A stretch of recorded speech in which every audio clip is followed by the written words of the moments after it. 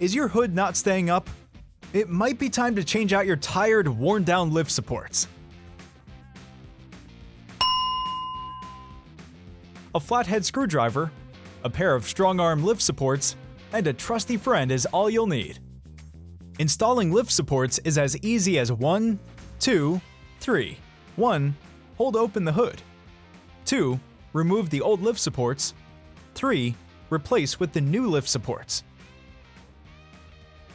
Locate the lift support and find the metal band on the top connector. Using the screwdriver, pry back the metal band. Repeat this step for the bottom connector and remove that old crummy lift support. Out with the old, and in with the new.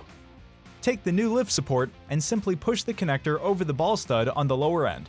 Rotate the other to align the connector with the top ball stud and lock it into place with those strong arms. Close and reopen the hood to cycle the lift supports and test the connections.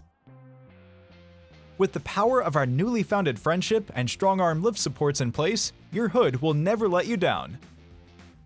To find more tips and the right StrongArm solution for any vehicle, visit StrongArmLiftSupports.com.